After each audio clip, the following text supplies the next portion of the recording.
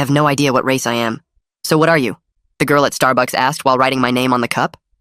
Human, I said, because this happened literally every day. No, but like, what are you? She pressed. Indian? Latino? Middle Eastern? You look kinda everything. I honestly don't know, I said. She laughed like I was joking, but I wasn't. I was 17 years old and had no idea what race I was because my parents refused to tell me. At dinner that night, I tried again. Mom, what ethnicity are we? We're American, she said, passing the salad. But before that, I said. Before that, we were younger, my dad said, and they both laughed like it was hilarious. I'm serious, I said. People ask me all the time and I have nothing to tell them. Tell them you're from Earth, my mom said. Third planet from the sun. So I tried asking my grandmother on the phone. Grandma, what's our heritage? Oh, sweetie, we're from Ohio, she said. No, I mean like ancestry, I said. My ancestors are from Ohio too, she said. What about before Ohio? I asked. Before Ohio, there was nothing, she said, and hung up. I went through every family photo album looking for clues. Maybe traditional clothing or cultural celebrations or food that might give me hints. But every single photo was aggressively neutral. Backyard barbecues with hamburgers, Christmas with a generic tree. Nothing ethnic anywhere. I tried to trick my mom while she was distracted doing taxes. Hey mom, what should I put for race on this college application? What are the options? She asked without looking up. White, black, Asian, Hispanic, Native American, Pacific Islander, I said. Put yes, she said. That's not an option, I said. Then put no, she said. I Googled our last name trying to find its origin. The internet said it was either French, Vietnamese, Nigerian, or possibly made up entirely. One website said it meant bread maker, and another said it meant son of the mountain. At school, I asked the Spanish teacher if I looked Hispanic. She said maybe. I asked the Mandarin teacher if I looked Chinese. He said possibly. I asked the French teacher if I looked French, and she said, everyone looks a little French if you squint. I saved up money to buy a DNA test kit. When it arrived, my parents were waiting in the living room like an intervention. We can't let you do that, my dad said. Why? I asked. The companies sell your data, my mom said. I don't care about my data, I said. You will when you're older, my dad said, taking the kit. Trust us. I had my friend Jeremy order one to his house instead, but when I went to pick it up, his mom said my mom had called and asked her not to let me have it. They'd coordinated against me. I tried asking my doctor at my physical. So, what ethnic background would you say I am, medically speaking? That's not really a medical question, he said. But certain races have certain health risks, I said. I'd Googled some to prepare. Should I be worried about sickle cell? Tay-Sachs? Your parents said you might ask about this, he said. I'm not supposed to discuss it with you. You're my doctor, I said. I'm the family doctor, he said. I got desperate and went to the public library to research genealogy records. I searched for hours and found records for everyone with my last name going back to the 1800s. But when I got to my parents' generation, everything stopped. No birth records, no marriage licenses, nothing. That's odd, the librarian said, looking over my shoulder. It's like your family just appeared out of nowhere in 1999. That's 3 years before I was born, I said. Maybe they changed their names? She suggested. I searched for name change records but found nothing. Then I noticed something strange. The librarian had written down my parents' names to help search, but when I came back from the bathroom, the paper was gone, and she acted like she'd never seen me before. I was just here, I said. You were helping me with genealogy. I don't know what you're talking about, she said. The library is closing. It was 2 p.m. The library didn't close until 8. I snuck into my dad's home office looking for any documents that might list race or ethnicity. I found my birth certificate, but where it should have listed my parents' race, someone had put whiteout, actual whiteout on an official document. When I held it up to the light, I could see something underneath, but couldn't make it out. What are you doing? My dad said from the doorway. Looking for answers, I said. You won't find them there, he said, taking the certificate. Then where? I asked. When you're 18, he said. We'll tell you when you're 18. That's in 6 months, I said. Then wait 6 months, he said. But I couldn't wait. I knew now that something weird was going on. So I convinced the school nurse to take a cheek swab for a biology project and mailed it to a DNA company myself. I had the results sent to Jeremy's email so my parents wouldn't know. 6 weeks later, Jeremy called me. The results are in. I went to his house and we sat at his computer. My parents thought I was at soccer practice. They had no idea I was about to find out what they'd been hiding my entire life. Ready? Jeremy asked with his finger on the mouse. Click it, I said. The results loaded and Jeremy's face went completely white. I looked at the screen and couldn't understand what I was seeing. The screen showed 43 people listed as half-sibling matches. Below that was an ethnicity breakdown that looked like someone had mixed together every possible ancestry test result. West African 18%, Eastern European 22%, South Asian 15%, Indigenous American 12%, Middle Eastern 20%, and a bunch of smaller percentages that added up to me being basically everything at once. My hand started shaking so bad I had to put the laptop down on Jeremy's desk before I dropped it. This explained why nobody could ever figure out what I looked like, but now I had about 1,000 new questions and 0 answers. Jeremy leaned over my shoulder and made a low whistling sound when he saw the list of matches. He pointed at the number 43 with his finger and said that couldn't be normal, that people don't usually have that many half-siblings. I grabbed my phone and started taking screenshots of everything before the page could disappear, or my parents could somehow find out and make it vanish like they did with everything else. I saved the ethnicity breakdown, the list of matches, the donor number that was apparently mine, all of it. Jeremy watched me screenshot for a solid 5 minutes without saying anything. I spent the rest of the afternoon on Jeremy's bed scrolling through the profiles of my half-siblings on his laptop. Most of them were between 15 and 25 years old, and they were scattered across 12 different states: California, Texas, Michigan, Florida, New York, Ohio, Pennsylvania, Georgia, Illinois, Washington, Colorado, Arizona. Some had posted in a message board asking if anyone else had the same donor number, which I now knew was mine too. Donor 4,472. That was apparently what I was called before I became a person with a name. Several people had written things like, "Anyone else match with 4472?" and "Looking for 4,472 siblings," and "4,472 group chat link here." I clicked through to the group chat, but you needed an account to see it, so I made one using a fake email. That night at dinner, I could barely eat because I kept thinking about the results hidden in Jeremy's email account. My mom passed me the chicken and asked if I was feeling okay. I said I was fine, just stressed about college applications. Dad asked if I needed help with my essay, and I shook my head. Mom reached across the table and squeezed my hand, which she does when she thinks I'm upset about something.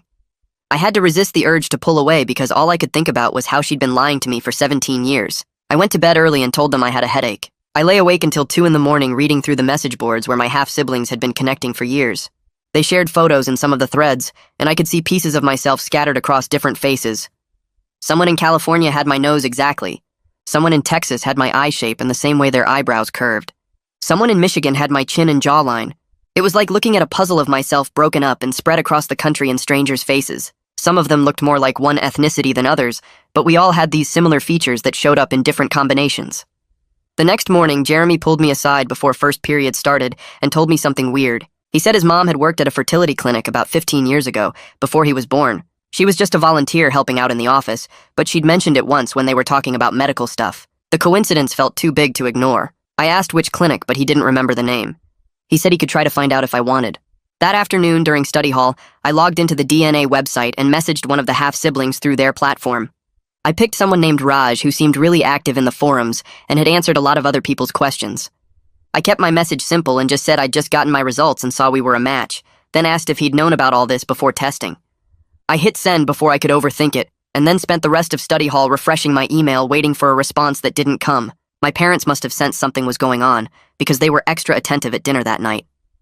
Dad asked detailed questions about my day and what classes I had and how soccer practice went. Mom asked about my college essay and whether I'd finished my applications yet. Then Dad mentioned again that they'd tell me everything when I turned 18 in March, just a few more months, and they promised it would make sense then. I nodded and said okay, even though I already knew way more than they thought I did. I met with Becca Whitehead the next week to work on my college applications. She's my guidance counselor, and she'd been bugging me to finish the Common App for weeks. We sat in her office going through each section, and when we got to the demographic part, she asked how I wanted to identify racially. I stared at the checkboxes on her computer screen. White, black, Asian, Hispanic, Native American, Pacific Islander. My throat got tight and I couldn't make myself pick one. Becca noticed I'd gone quiet and asked if I was okay. I told her I honestly didn't know what to check because my parents wouldn't tell me our background. She got this careful look on her face, the kind adults get when they think something might be wrong at home. She asked if this was causing me distress, and I almost laughed because distress didn't even begin to cover 17 years of having no answer to the most basic question about myself.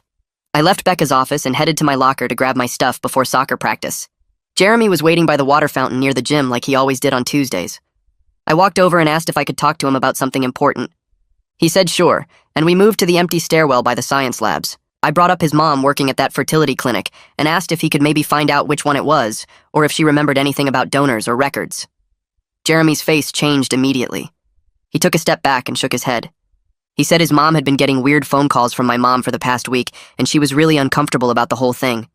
I felt my chest get tight. I asked what kind of calls, and he said my mom kept asking his mom not to talk to me about the clinic or help me with anything related to it. I couldn't believe they were coordinating behind my back again. I told Jeremy I just needed information, and his mom might be the only person who could help me. He said he didn't want to be in the middle of this anymore, and it was making things weird between our families.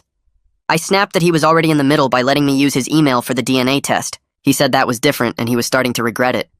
We stood there staring at each other, and I could feel everything getting tense and wrong between us. He walked away first, and I didn't try to stop him. We didn't talk at all the next day at the school. We didn't talk the day after that either. 3 days after I sent that message to Raj, I got a notification on my phone during math class. I waited until lunch to check it in the bathroom where nobody could see my screen. Raj had written back. He said, yeah, he'd found out about everything 2 years ago when he turned 18 and got access to his records. He said our donor was used a lot, way more than normal. He said there was a private group of half-siblings if I wanted to join where they shared medical information and tried to figure out who else was out there. He included a link to a private forum. I clicked it right away and it asked me to create a username. I made up a fake name because I wasn't ready for everyone to know who I was yet. The forum loaded and I saw dozens of posts going back years. I scrolled through thread after thread during the rest of lunch, sitting on the floor in the bathroom stall with my phone. The first thing I noticed was a pinned post at the top that said there were actually 62 confirmed half-siblings in the group. That was way more than the 43 who showed up on my DNA match list. Some people had never tested, or they'd used different companies that didn't share data. Everyone called our donor by a number instead of a name. Donor 4472. There were threads about trying to find him, and threads about medical history, and threads just for people to introduce themselves and share photos. I found the health concerns thread and started reading. My hands were shaking so much I almost dropped my phone. Multiple people reported having heart problems. One person wrote about arrhythmia that started when they were 19. Another person described something called cardiomyopathy that required surgery when they were 23. I had to Google what that word meant, and when I read that it was a disease of the heart muscle, I felt sick. Several other people mentioned autoimmune disorders, and there was a whole discussion in the comments about whether these were just coincidences or if they were inherited risks we all needed to know about. Someone pointed out that nobody had been able to contact the donor directly to ask about his medical history because the clinic had closed years ago and all the records were sealed. Another person said they'd tried to get information through a lawyer but hit a dead end. I kept reading until the bell rang for 5th period, and I was late to class. I called my family doctor's office that afternoon from my car in the school parking lot. The receptionist answered, and I asked to make an appointment for a heart screening. She asked why I needed one, and I said I was worried about heart disease running in my family. She put me on hold for a minute, and when she came back, she said I would need a parent to authorize any new tests since I was still a minor. I asked if I could just come in and talk to the doctor about it, and she said no. All new appointments for minors required parental consent. I hung up without saying goodbye. I sat in my car feeling trapped by my age and my parents' secrecy and a medical system that wouldn't let me access information about my own body. I had real health concerns based on what my half-siblings were reporting, but I couldn't do anything about it without my parents' permission. That night at dinner, I brought it up as casually as I could. I said some guys on the soccer team had to get heart screenings, and I thought it would be a good idea for me to get one too. Mom and Dad both looked up from their plates at the same time. They did that thing where they made eye contact with each other and had an entire conversation without words. Dad asked why I was suddenly worried about my heart. I shrugged and said I just wanted to be careful and make sure everything was okay. Mom asked if something happened at practice or if I was having symptoms. I said no, I just thought it was smart to get checked. Dad said those tests were expensive and probably unnecessary for someone my age with no symptoms. I pushed back and said it would give me peace of mind. Mom said they would think about it, but I could tell from her voice that thinking about it meant no. The next day, I spent my lunch period in the library instead of the cafeteria. I went to the computer section in the back and searched for information about birth certificates and vital records. I learned that amended birth certificates were common in adoption cases where the adoptive parents' names replaced the birth parents' names on the official document. I learned that original birth certificates could be sealed by court order and that accessing them usually required a lawyer and a really good reason. Then I searched for my parents' names in the county birth records database just to see what would come up. I typed in my mom's name first and got nothing before 1999. I tried my dad's name and got the same result. No birth records, no marriage license, nothing. It was like they didn't exist before 3 years before I was born. I wrote down the website addresses and some notes about sealed records on a piece of paper and folded it into my pocket. I went back to the library the next day during lunch to do more research. The same librarian was working at the front desk, but when I walked up and asked for help finding more genealogy records, she looked at me like she'd never seen me before. She said she didn't remember helping me yesterday. I reminded her about the search we did for my parents' names and how we found that gap in the records. She got this confused look on her face and said she must be thinking of someone else. I pulled out my notes from yesterday and showed her the website addresses she'd helped me find. She looked at the paper and then back at me and her face got red. She said the genealogy section was reorganized and I needed to leave. I asked when I could come back and she said she didn't know. The whole interaction felt completely wrong, like someone had talked to her or warned her not to help me anymore. I found a student journalist in my English class the next day. Her name was Cassidy, and she wrote for the school paper. I sat down next to her before class started and asked her a hypothetical question about students' rights to access their own medical information. Her eyes lit up immediately and she pulled out a notebook. She started asking me questions about why I was researching this and whether I knew someone who was having problems getting medical records. I kept my answers vague and said I was just curious about the legal side of things. She was sharp, though, and I could tell she sensed there was a real story behind my questions.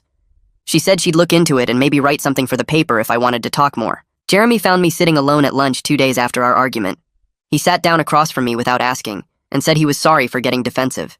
I said I was sorry for pushing about his mom. He asked how I was doing and I admitted that the whole thing was making me paranoid. I told him it felt like everyone was in on some secret except me. Jeremy said that was probably not far from the truth, and I knew he was trying to make me feel better, but it didn't work. We agreed to stop fighting about it and just be friends again. I was relieved because I needed at least one person at the school who I could trust. 2 days later, my parents were waiting in the living room when I got home from the school. Dad had his laptop open on the coffee table, and Mom sat next to him with her arms crossed. I knew immediately something was wrong because they never sat like that unless it was serious. Dad turned the screen toward me, and I saw the browser history from the family computer pulled up with all my searches highlighted in yellow.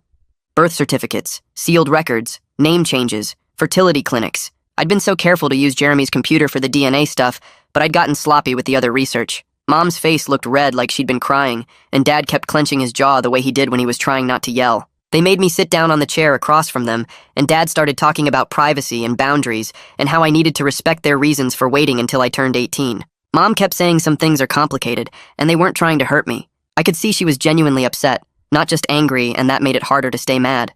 But I was still furious because they'd had 17 years to figure out how to tell me, and instead they just kept hiding everything. The talk went in circles for almost an hour with them saying wait and me saying I couldn't wait and nobody getting anywhere. Finally, Dad said if I kept pushing, they'd have to take away my computer privileges entirely, and Mom nodded, even though she looked miserable about it. That night I got a notification on my phone from the DNA platform. Someone named Raj wanted to video chat. I waited until my parents went to bed, then set up my laptop in my room with the door locked. When the call connected, I saw a guy who looked maybe 19 or 20 with the same skin tone as me and similar features. We had the same slightly crooked smile and the same shape to our eyes. It was like looking at a version of myself from a couple years in the future. He waved at the camera and said, "Welcome to the sibling club. It's weird at first, but you get used to it. Well, sort of." His voice was casual, but I could tell he remembered what it felt like to be new to all this. We talked for a few minutes about where we lived and how we found out, and he told me there was a whole group of us trying to figure things out together. Then Raj said his sister wanted to say hi, and another face appeared on the screen. Sita looked younger than Raj, maybe 17 like me, and she had darker hair but similar features. She explained they lived in Minnesota and found out about each other through the same DNA test 2 years ago. She pulled up a document on her screen and showed me how the group had been trying to track down information about the clinic and the donor, but kept hitting dead ends. The clinic shut down 8 years ago after some kind of legal trouble, and all the records got sealed or destroyed. She said they had a private forum where everyone shared what they knew and tried to piece things together. There were medical histories and family trees and timelines of when people were conceived. It was way more organized than I expected. Sita said some people had managed to get partial information through lawyers, but most of the parents had signed agreements that kept everything locked down. Then Sita told me about Amaya, one of our half-siblings who had to get emergency heart surgery last year at age 24. She pulled up a photo of a girl who looked healthy and normal, smiling at a beach somewhere. Sita explained that Amaya collapsed at work one day, and they found out she had a genetic heart condition. The doctors kept asking about family history, but she couldn't tell them anything because she didn't know about all of us yet. After she recovered and joined the group, she shared all her medical records so the rest of us would know to get checked. Sita said that's why they try to share medical stuff now, because it could literally save someone's life. She sent me a link to a shared document with all the health information people had reported. I scrolled through it and saw multiple mentions of heart issues, some autoimmune disorders, a few cases of early hearing loss. It was scary seeing it all laid out like that. Knowing any of it could be waiting for me too. The next morning at breakfast, I brought up the heart screening again. I tried to sound casual and said I'd been reading that heart disease can run in families and I was worried about it. Dad looked up from his coffee and asked if someone said something to me about family health history. I could feel him watching my face for clues. I stayed vague and said I just wanted to be checked because some guys on the soccer team had to get screenings, and it seemed like a good idea.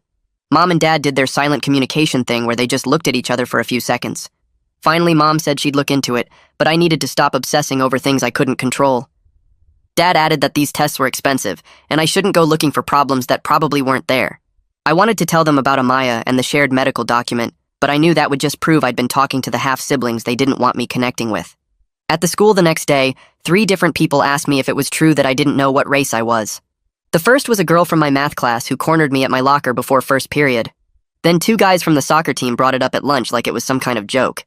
Apparently someone had overheard me talking to Cassidy about identity stuff, and the rumor spread through the school overnight. I felt exposed and angry, like my private struggle had just become school gossip for people to talk about in the hallways. By last period, I couldn't take it anymore. I grabbed my stuff and walked out of class, told the hall monitor I felt sick, and drove around town for an hour instead of going home. I ended up parked at the empty soccer fields, just sitting in my car trying to calm down. My phone buzzed with texts from Jeremy asking where I was, but I didn't answer. The next morning, Cassidy found me in the parking lot before school started. She walked up looking guilty and said she needed to apologize. She explained she'd mentioned my questions to another reporter on the school paper without using my name, but people figured it out anyway. I could tell she felt bad about it, but that didn't make me less mad. Then she said she wanted to make it up to me by helping research sealed records and minor rights. She'd already started looking into it and had some information about legal processes. I was too tired to stay mad at her, and honestly, I needed whatever help I could get. We agreed to meet in the library during lunch to go over what she'd found. That weekend, my parents got a phone call from the school counselor about my distress regarding family identity issues. I wasn't there when the call happened, but I heard them talking about it in the kitchen afterward. When they called me downstairs, the conversation got explosive fast. Dad accused me of making them look bad and embarrassing the family by talking about private stuff at the school. Mom started crying and saying they'd tried so hard to give me a normal life. I yelled back that normal includes knowing basic facts about yourself and not having to lie when people ask simple questions. Dad said I was being dramatic and ungrateful. I said they were being secretive and controlling. Mom said I didn't understand how hard this was for them. I said they didn't understand how hard it was for me to live 17 years not knowing who I was. We went back and forth until I was shouting and Mom was sobbing and Dad told me to go to my room. I locked myself in and pulled out the hidden phone to message the half-sibling group. I typed out everything that had happened with my parents and the school counselor and feeling like I was losing my mind. Within an hour, I had responses from a dozen people sharing their own stories. Rory from Michigan said he didn't speak to his parents for a year after finding out they'd lied to him his whole life. Dinesh from 2 towns over said his parents still won't acknowledge the truth, even though he's shown them the DNA results. Someone named Maya said her mom finally admitted everything, but only after Maya threatened to cut off contact completely. Reading through all the messages made me feel less alone, but also more angry that this was such a common experience. All these parents making the same choice to hide the truth, and all these kids dealing with the same confusion and anger.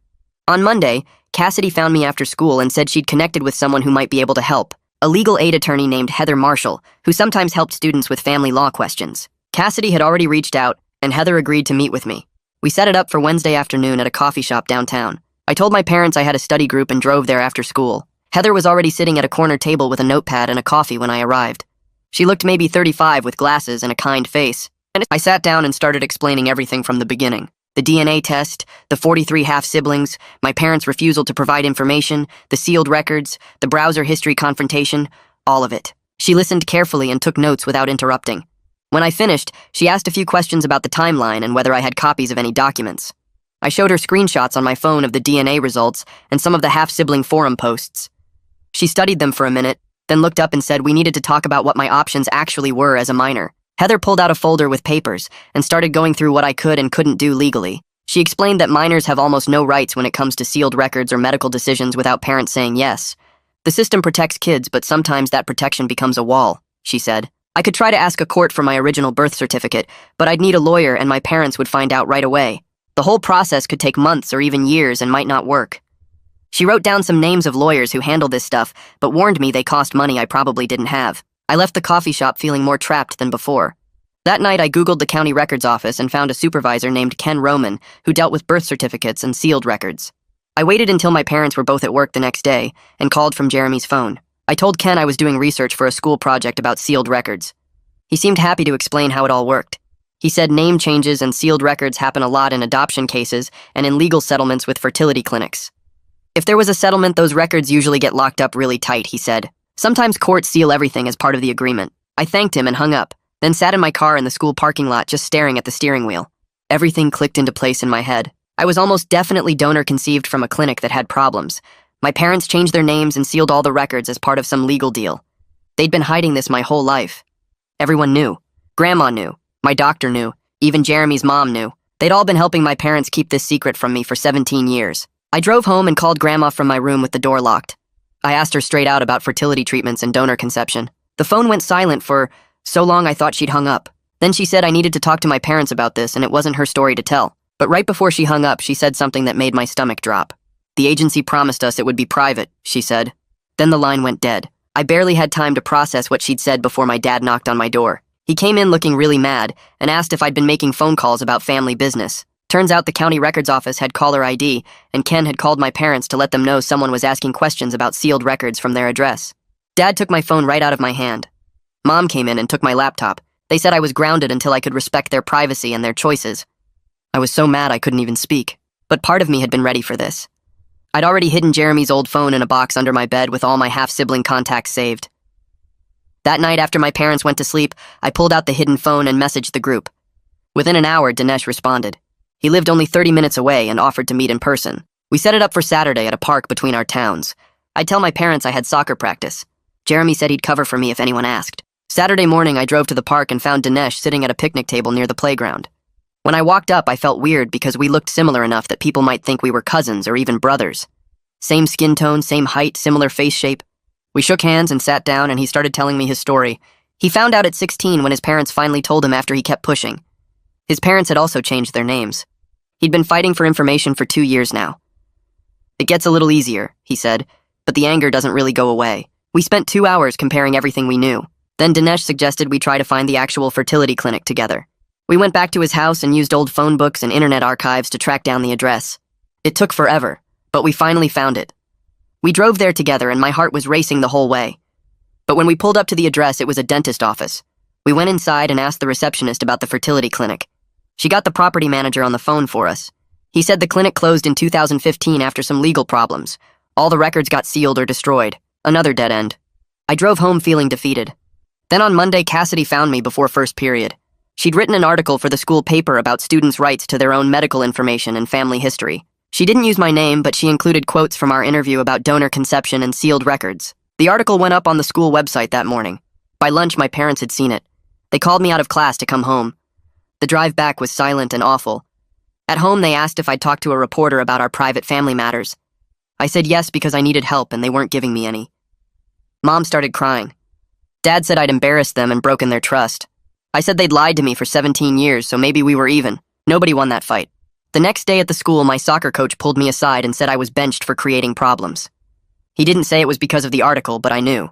In the hallways, some teachers gave me these sad, sympathetic looks that made me want to disappear. But then something unexpected happened.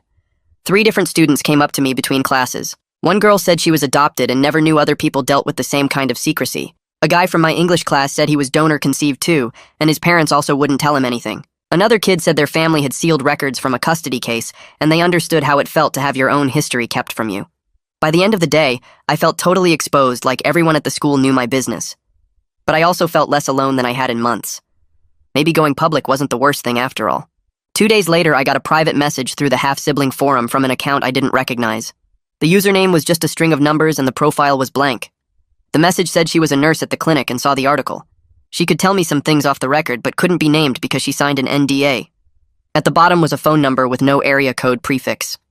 I stared at my phone for 10 minutes before I saved the number and texted back asking when we could meet. She replied within seconds with an address for a diner in the next town over and a time for that Saturday. I told my parents I needed to study at the library for a big test. Mom offered to drive me, but I said Jeremy was picking me up. The lie came out so smooth it scared me a little. Saturday morning, I drove 40 minutes to the diner and parked in the back lot where my car wouldn't be visible from the road. Inside, the diner smelled like coffee and bacon grease. A woman sitting alone in a corner booth raised her hand slightly when I walked in. She looked tired in a way that went deeper than just needing sleep. Her name was Jessie, and she was probably in her 50s with gray streaks in her brown hair. I slid into the booth across from her, and she pushed a menu toward me even though neither of us ordered anything except coffee. She got straight to the point once the waitress left. The clinic used donor 4472 way more than recommended, over 100 times in a small geographic area. She said the doctor wanted to maximize profits and didn't care about the guidelines that said donors shouldn't be used more than 25 times. When families started figuring it out and kids started meeting each other accidentally at the school or sports, there were lawsuits. That's why everything got sealed. She stirred sugar into her coffee and wouldn't look directly at me while she talked. I asked her how many of us there really were, and she said she didn't know the exact number, but it was over 100 confirmed. Some families never found out and some kids never tested. The donor was screened for basic genetic issues, but not thoroughly. When health problems started showing up in the offspring, the clinic didn't follow up. They just paid families to go away quietly.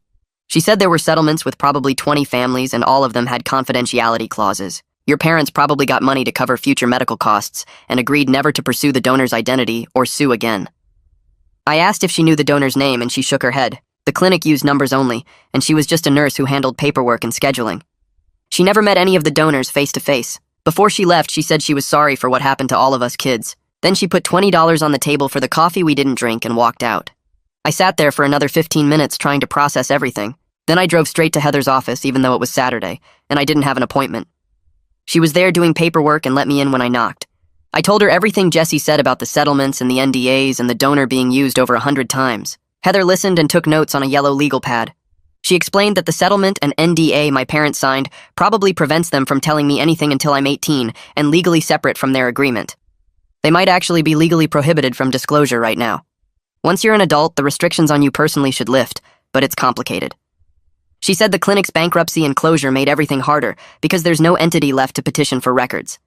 I asked what I could do, and she suggested family therapy as a way to work through this without legal action that could take years. Your parents are probably scared and dealing with their own trauma about infertility and the clinic's negligence. That doesn't excuse keeping you in the dark, but it might explain it. She wrote down a name and number on a sticky note. Niall Peterson was a therapist who specialized in family communication and difficult conversations. Heather said he'd worked with other donor-conceived people and their parents before. I took the sticky note and thanked her and left.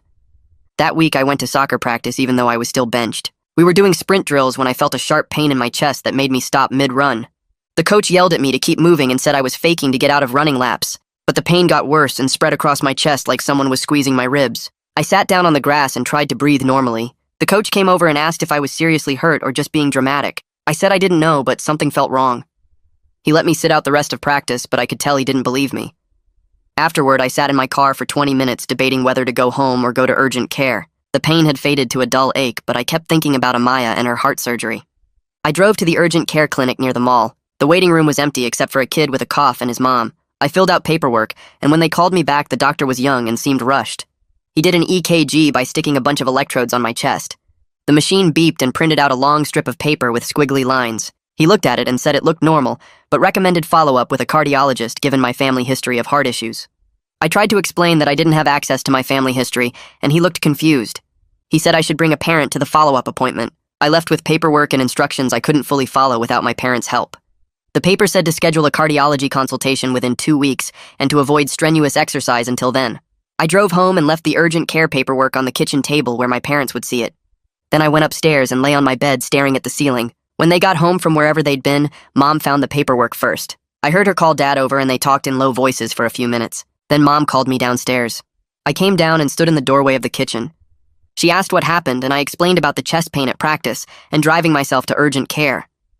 Dad picked up the paperwork and read through it carefully. He looked genuinely scared for the first time in this whole thing. Not angry or defensive, just scared. They asked why I didn't call them and I said I didn't want to worry them over nothing. Mom said chest pain is never nothing, especially at my age. They agreed to make an appointment with a cardiologist. Dad called first thing Monday morning and got an appointment for 2 weeks out. The wait was terrible. I spent those 2 weeks monitoring every heartbeat and chest sensation. Anytime I felt the slightest twinge, I'd stop what I was doing and focus on my breathing. I researched cardiomyopathy online and read through Amaya's posts about her surgery in the half-sibling forum. She'd had to have part of her heart muscle removed because it was too thick and blocking blood flow. The surgery was successful, but she'd be on medication for the rest of her life. Other people in the group reassured me that most of them were fine, and I was probably okay too. But the uncertainty was exhausting. I could barely focus in class because I kept thinking about my heart. At night, I'd lie awake feeling my pulse and wondering if it was beating too fast or too slow or irregular. Finally, the appointment day arrived. The cardiologist's office was in a medical building downtown. Drew Landry was younger than I expected, maybe in his 30s with dark hair and glasses. He actually listened when I explained the situation about being donor-conceived and having half-siblings with heart problems. He didn't seem judgmental or confused like the urgent care doctor. He did an echocardiogram, which was basically an ultrasound of my heart. I lay on an exam table while he moved a wand around on my chest and looked at a screen showing my heart beating in real time. It was weird seeing the inside of my own body like that. Then he had me do a stress test on a treadmill with electrodes stuck all over my chest. The treadmill started slow and got faster and steeper every few minutes until I was running hard and breathing heavy. When it was over, he printed out more strips of paper and studied them for a long time. Everything came back normal. My heart structure looked good, and there were no signs of the thickening that Amaya had. But he said, given the family history I described, I should be monitored annually. Heart conditions can develop over time, especially in your 20s. You did the right thing getting checked. He scheduled a follow-up for 1 year out and said to come back sooner if I had any more chest pain or unusual symptoms. I left his office feeling relieved, but also aware that this was something I'd have to deal with for the rest of my life. Annual checkups and constant awareness of my heart because of a donor I'd never met and a clinic that used him too many times. I drove home from the cardiology appointment with my hands tight on the steering wheel. The clean bill of health should have made me feel better, but instead I just felt more determined. I had information now. I had proof of health risks. I had leverage. My parents were home when I pulled into the driveway, and I walked straight into the living room where they were watching TV. I stood in front of the screen until Dad hit pause on the remote. I need to talk to you both right now. They looked at each other with that same worried expression they always had when I brought this up. I stayed standing because sitting felt like giving up ground. I know about the donor conception. I know about the clinic and the settlements. I know I have at least 60 half-siblings. My voice shook, but I kept going. I'm not asking you to break any legal agreements, but I need you to stop pretending this isn't real. Mom's face crumpled and she started crying immediately. Dad put his arm around her shoulders and they sat there for a long moment. Then Dad took a deep breath and started talking. We struggled with infertility for years. We tried everything. The treatments were expensive and painful and nothing worked. When we found the clinic, it felt like a miracle. They said the donor was thoroughly screened and local and available. We just wanted a baby. We didn't think about what it would mean for you later. Mom wiped her eyes and nodded. The clinic made it seem so simple and safe. They said lots of families use donors and the kids turned out fine. We thought we were doing the right thing. Dad stood up and left the room. He came back a few minutes later with a folder full of papers. These are from the settlement. Most of it is redacted, but you can see enough. He spread the documents on the coffee table, and I sat down to look at them. Pages and pages with thick black bars covering names and details. But I could see dollar amounts. $35,000. I could see phrases like sealed records and name change requirement and confidentiality clause. The clinic paid us after everything came out about the donor being used too much. They made us change our last name and seal all the records related to your conception. Dad's voice was quiet. We thought we were protecting you from harassment, protecting ourselves from judgment. We didn't know how to tell you later without it seeming like we'd been lying your whole life, which we had been. I looked at the documents and felt something shift inside me. Not forgiveness exactly, but understanding maybe. I need access to my medical information. I need the right to know my half-siblings. I'm not trying to replace you or say you're not my real parents, but these people share my DNA and my health risks. I need to be able to make informed decisions about my own body. Mom reached across the table and put her hand over mine. We'll work with you on this. I promise. We should have done this sooner. I took another breath. I want you to meet one of them. One of my half-siblings. With me, so you can see they're real people and not some threat. My parents looked at each other again. Dad nodded slowly. Okay, we can do that. It took another week to arrange everything. I messaged Dinesh and asked if he and his mom would meet my parents for coffee. He said yes immediately. His mom was nervous but willing. I spent the whole week worried my parents would back out. They kept asking questions about Dinesh and his family. What's he like? How old is he? Does he look like you? I answered everything honestly. The morning of the meeting, I could barely eat breakfast. We drove to a coffee shop in a town between ours and Dinesh's. Neutral territory. My parents were quiet in the car. When we walked in, Dinesh and his mom were already sitting at a corner table. Dinesh stood up when he saw us, and I could see my mom's face change. The resemblance was obvious even from across the room. We sat down and nobody knew what to say at first. Then Dinesh's mom pulled out her phone and started showing pictures of Dinesh when he was little. My mom leaned forward to look and I saw tears in her eyes. You looked exactly like that. Exactly. The same smile. Dinesh's mom nodded. When we first saw the DNA results, I thought there was a mistake. But then I found the old clinic paperwork and it all made sense. The two moms started talking about the clinic and the secrecy and the fear of judgment. Dinesh and I sat quietly and let them work through it. By the end of the hour, my parents seemed less defensive, less scared. Dad shook Dinesh's hand before we left and said thank you for meeting us. On Monday, Cassidy found me at my locker before first period. She looked nervous.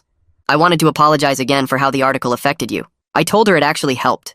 It led to someone from the clinic contacting me with information. It pushed my parents toward honesty. She relaxed a little. If I write any follow-up pieces about donor conception rights, I'll run them by you first. You can choose whether to be involved.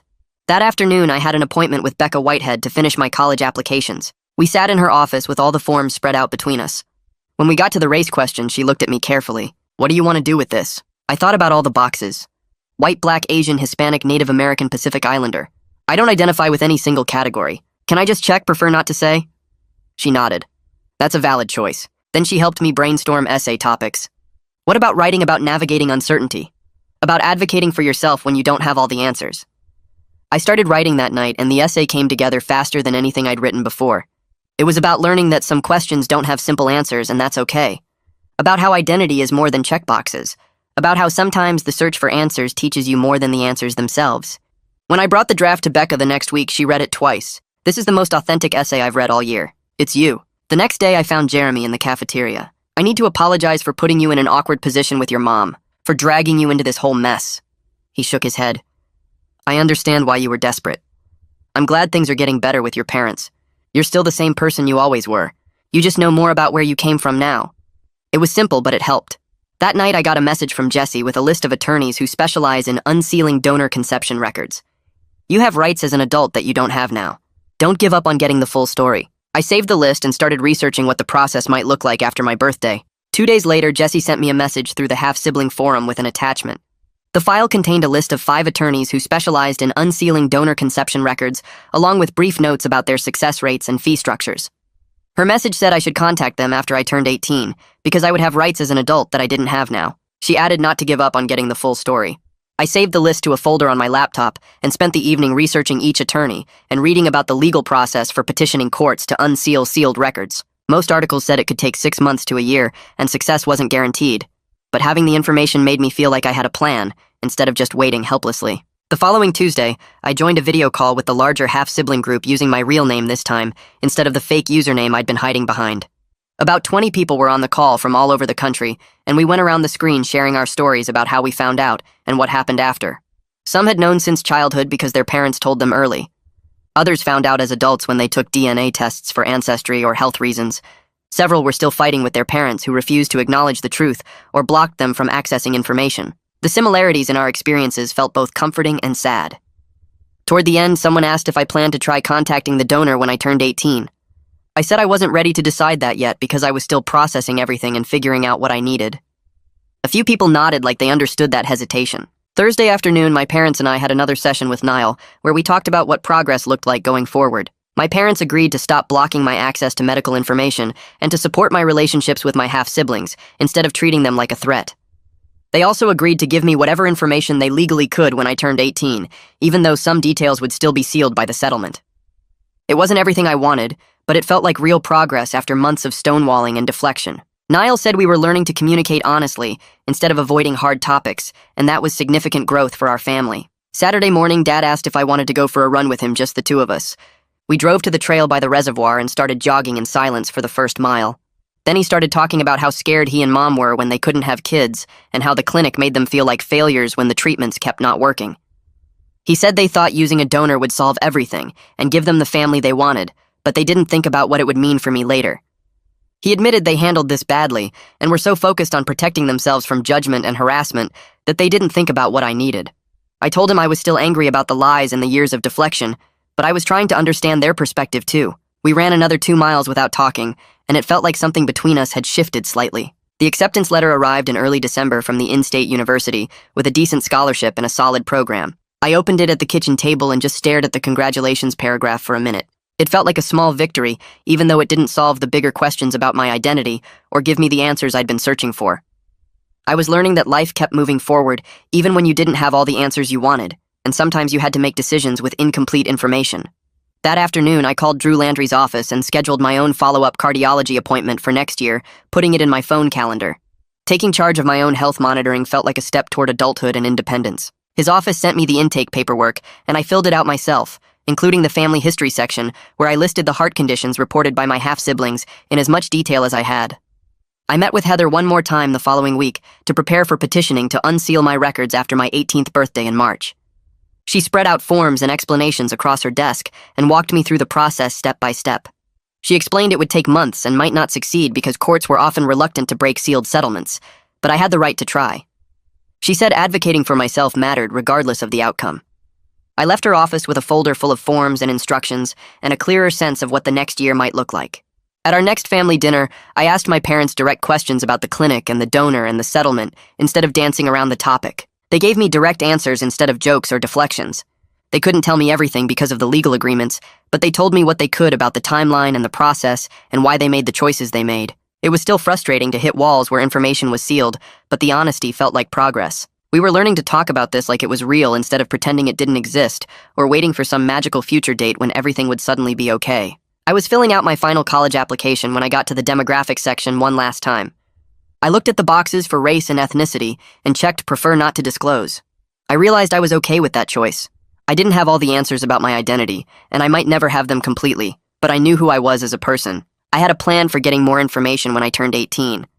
I had a community of half-siblings who understood what I was going through. I had parents who were finally being honest with me, even if they couldn't tell me everything. It wasn't the ending I imagined when I first saw those DNA results at Jeremy's house, but it was real, and it was mine. That's where we'll end today's story. Thanks for being here. It really makes a difference knowing these words reach someone. I hope it added a bit of warmth to your day. Subscribe if you'd like to keep sharing stories like this together.